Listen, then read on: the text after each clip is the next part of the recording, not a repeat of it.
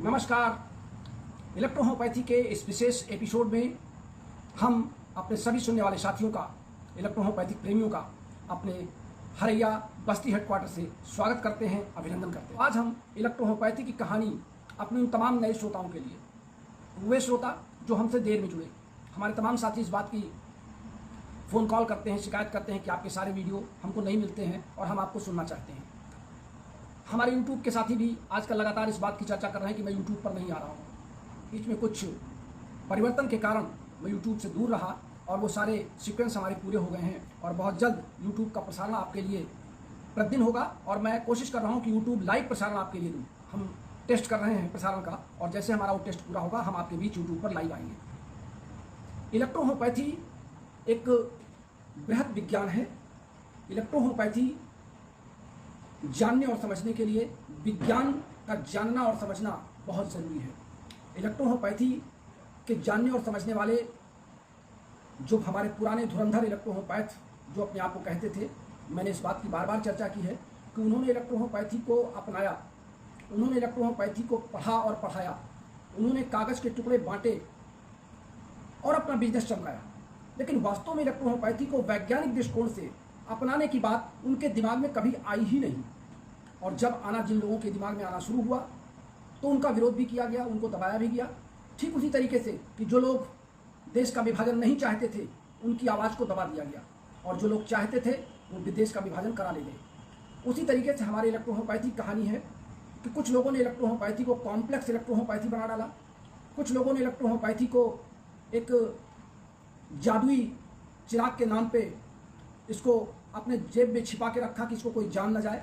और बहुत से हमारे नवयुवक इलेक्ट्रोहोम्योपैथी के कागज के टुकड़े लेकर के इलेक्ट्रोहोम्योपैथी के अथाह सागर में कूद तो गए, न वो तैरना जानते थे, न वो बाहर निकलना जानते थे और उनके पास कोई दूसरा चारा नहीं था। वो जाकर के किसी दूसरी नाव को पकड़ करके बैठ गए।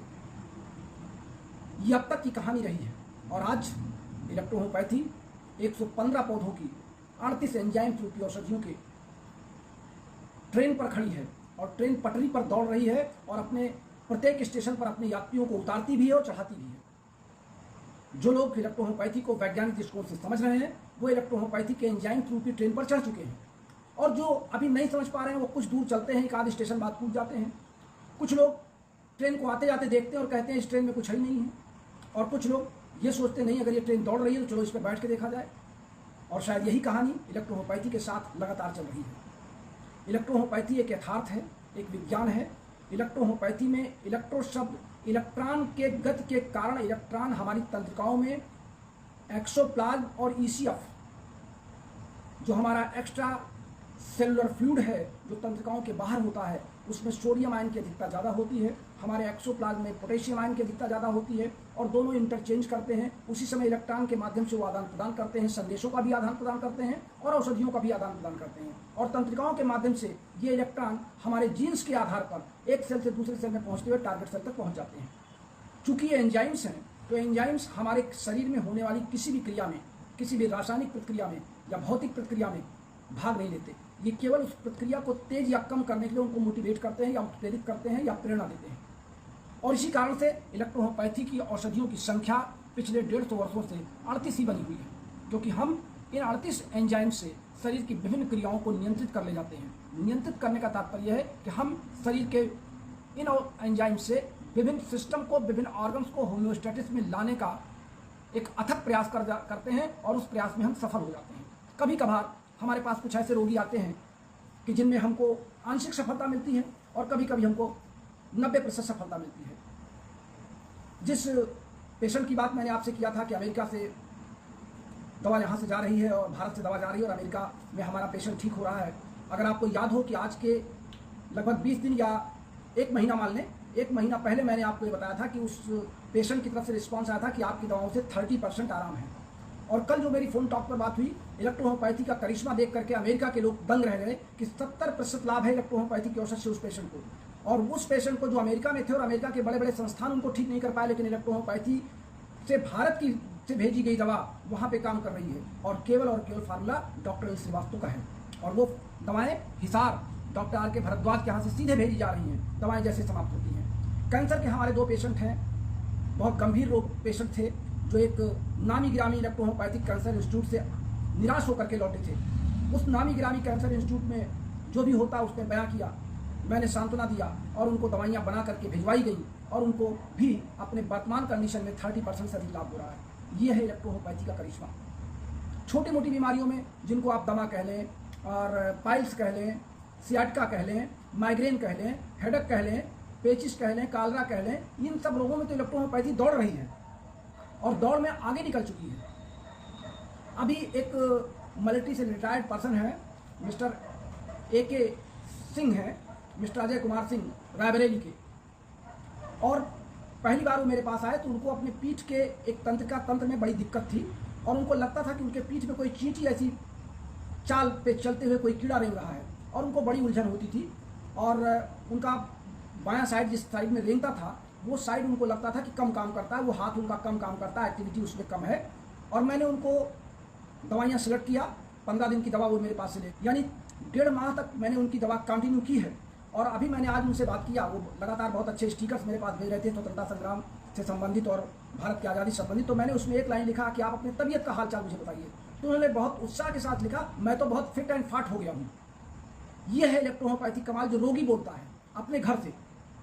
इलेक्ट्रोहोमोपैथी हवा में तीर और तुक्के मारने की कला नहीं है, या जो बड़े बड़े संस्थान अपने बड़े बड़े पोस्ट रोज डालते हैं विभिन्न ग्रुपों में कि आज कैंसर पे ये करिश्मा कर दिया, आज करिश्मा कैंसर के इस रोगी पर ये जादू कर दिया। अरे भाई, जादू करते हैं तो इलेक्ट्रोहोमोपैथी की दवाओं से करते हैं, तो इलेक्ट्रोहोमोपैथी की उन दवाओं का नाम बताइए ताकि देश का हर चिकित्सक उसका प्रयोग कर सके। और आप केवल झंडे गाड़ रहे हैं तो इसकी क्या गारंटी है कि आप इलेक्ट्रोहोमोपैथी की दवा कर रहे हैं या कुछ और कर रहे हैं। क्योंकि दर्द में राहत देना, इलेक्ट्रोहोमोपैथी में जो आउटग्रोथ हो रहा है कैंसर में उन कोशिकाओं को न बढ़ने देना, ये करिश्मा तो इलेक्ट्रोहोमोपैथी की औषधियों में ही है। लेकिन अब कौन कितने प्रतिशत लाभ दे पा रहा है, रोगी को कितने प्रतिशत लाभ दिया जा रहा है। अभी आज सुबह लखीमपुर खीरी से सुबह चल करके मिस्टर सुनील कुमार जी आए और उनके भाई को माउथ के टंग्स में कैंसर के लक्षण दिखाई पड़े हैं और मैंने आज पहली स्पेल की दवा उनको 15 दिन की दी है। 15 दिन बाद मैं आपसे इस केस पे फिर चर्चा कर लूँगा। तो इलेक्ट्रोहोमोपैथी में हम कोई जादू नहीं करते, इलेक्ट्रोहोमोपैथी में हम यथार्थ करते हैं। जो हमारी एंजाइम्स रूपी औषधियाँ चिल्ला चिल्ला कर बताती हैं कि हम ये काम कर रहे हैं और हमारा परिणाम ये मिल रहा है, और उस परिणाम को हमारे विभिन्न चिकित्सक इलेक्ट्रोहोमोपैथी के देश के विभिन्न कोनों में कर रहे हैं। और ये जो लाइव प्रसारण आप कर रहे हैं, इस लाइव प्रसारण की गूंज स्वास्थ्य मंत्रालय भारत सरकार तक जा रही है, क्योंकि सूचना विभाग हमारे इस लाइव प्रसारण को सेलेक्ट करता है, देखता है कि व्यक्ति क्या बोल रहा है उस और किस विभाग संबंधित, उस विभाग को प्रेषित किया जाता है। तो इलेक्ट्रोहोमोपैथी आज नहीं तो कल मान्यता प्राप्त चिकित्सा पद्धति बनेगी बनेगी बनेगी, इसमें कोई दो राय नहीं है। लेकिन जब तक आप अच्छे प्रैक्टिशनर्स बन के अपने क्षेत्र में नहीं उतरेंगे, अपने आप को रोगियों के समक्ष प्रस्तुत नहीं करेंगे, तब तक केवल बड़ी बड़ी लड़ाइयाँ लड़ना, कोर्ट से ऑर्डर ले आना, भारत सरकार के स्वास्थ्य मंत्रालय पर बड़ी बड़ी फाइलों को जमा कर देना और फिर कोई सटीक काम ना भी करना, ये प्रमाण है कि आप इलेक्ट्रोहोमोपैथी को केवल ऊपर से अपना रहे हैं, मन से नहीं। इसलिए मन से अपनाना है तो आपको चिकित्सा कार्य में उतरना पड़ेगा। आपको अपनी 38 दवाओं की कलाकारी को, 38 दवाओं की क्रियाविधि को समझना होगा, जानना होगा और अपनाना होगा, और प्रयोग दर प्रयोग, time to time, patient to patient आपको इसको अपना करके, उसके परीक्षण करके, उसके प्रयोग को लिखना होगा। आज मैं यूं ही बैठा था, मैं अपने पुराने अलमारी को तलाश रहा था, तो लोग कहते हैं कि डॉक्टर श्रीवास्तव मरीज ही नहीं देखते हैं, केवल लेक्चर देते हैं, किताब लिखते हैं। तो मैं संयोग से, आपको तो उल्टा दिख रहा होगा, ये मेरा पुराना रजिस्टर है और इस तरह के लगभग 10 रजिस्टर मेरे पास रखे हैं। और ये है 6/1/2003 का रजिस्टर, जब मैं बस्ती में नया नया चिकित्सक बन के बैठा था, क्योंकि उसके पहले मैं कानपुर में चिकित्सा कार्य पेश करता था। और इस रजिस्टर में पेशेंट की संख्या तो मैं नहीं आपको काउंट करके बता सकता इस समय, लेकिन मैं जरूर कह सकता हूँ कि इस तरीके के मेरे पास तमाम पुराने रजिस्टर, ये पुराना रजिस्टर आप देख रहे होंगे, और इसके जिस पन्ने को आप पलटेंगे, अगर मैं इसको ऐसे पलट के दिखा दूँ तो इसमें रोगियों का नाम और उनका ब्यौरा और दवाइयाँ इलेक्ट्रोहोमोपैथी की आपको दिख रही होंगी। इस तरीके के मेरे पास बहुत से थे। संयोगवश मैं डॉक्टर रमाशंकर जी के कुछ फार्मूलों को रिवाइज कर रहा था, तो ये लास्ट पेज पर डॉक्टर रमाशंकर जी ने कुछ हमको अमूल्य फार्मूले बताए थे, वो फार्मूले में इनको पलट रहा था, क्या मैं आज भी इन फार्मूलों पर चल रहा हूँ कि नहीं चल रहा हूँ। फिर मैंने इन फार्मूलों की एक समरी निकाली कि इनमें से कुछ दवाएं बदली जा सकती हैं, नहीं बदली जा सकती, जो मेरे 37 वर्ष के अनुभव में आए। तो इस तरीके के बहुत से रजिस्टर मेरे पास हैं जो इस बात का प्रमाण है कि मैं इलेक्ट्रोहोमोपैथी में अपने आप को समाहित किए हूँ। सर्विस करने के बावजूद, एक अच्छे परिवार के पिता के रूप में, पति के रूप में, भाई के रूप में, अभिभावक के रूप में अपनी जिम्मेदारियों का निर्वहन करने के बावजूद मैं इलेक्ट्रोहोमोपैथी से उतना ही जुड़ा हूँ जितनी कि मेरी सांस मेरी आत्मा से जुड़ी हुई है। इलेक्ट्रोहोमोपैथी मेरे शरीर से तभी जाएगा जिस दिन मेरी सांस जाएगी। इसलिए मेरे इलेक्ट्रोहोमोपैथी के चाहने वालों भाइयों और बहनों, हमारे प्यारे नवोदित इलेक्ट्रोहोमोपैथिक चिकित्सकों, आप अपने नाम के साथ EH डॉक्टर फलां लिखना आरंभ कर दीजिए।